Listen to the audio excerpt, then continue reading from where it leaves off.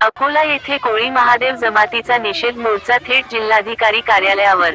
कोळी महादेव जमातीला कोळी नोंदीवरून जात प्रमाणपत्र द्या या मागणीसाठी उपोषणाला बसलेले जनका पाटील यांच्या गेल्या 10 दिवसापासून उपोषणाला बसले आहेत। उपोषणाची दखल शासनाने घेतली नाही म्हणून शासनाच्या विरोधात निषेध मोर्चा अकोला जिल्हाधिकारी कार्यालयात काढण्यात आला।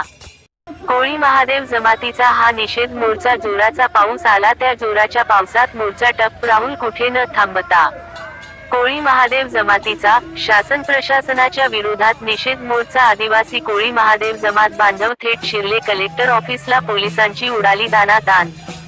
जनका पाटील यांचे 5 किलो वजन कमी झाले।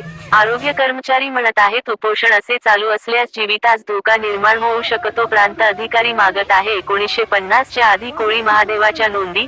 जिल्हाधिकारी म्हणतो जात प्रमाणपत्र माझा विषय नाही, माझ्या अधिकार क्षेत्रात नाही, मी प्रांताला आदेश देऊ शकत नाही। तुमच्याकडे पुरावे आहेत तर मग तुमचे प्रकरणे खारिज का होतात? स्टार जिल्हाधिकाऱ्यांनी दिला कोर्टात जाण्याचा सल्ला। शासनाने घेतली त्वरित दखल। मोर्चा संपल्यानंतर तात्काळ प्रांत अधिकाऱ्याची उपोषण स्थळ घुसरवाडी तालुका जिल्हा अकोला। प्रांत अधिकाऱ्याची उपोषणकर्ते जनका पाटील यांना उपोषण मागे घ्या ही विनंती। कोळी नोंदीवरून कोळी महादेव मल्हार दोर टोकरे जात प्रमाणपत्र देण्यात यावे तेव्हाच मी उठेल, अन्यथा जीव गेला तरी चालेल पण मी उठणार नाही असे उत्तर जनका पाटील यांनी दिले। उत्तर 24 या दिवशी जनका पाटील हे घुसरवाडी अकोला जिल्हा इथे बसलेले घुसरवाडीला।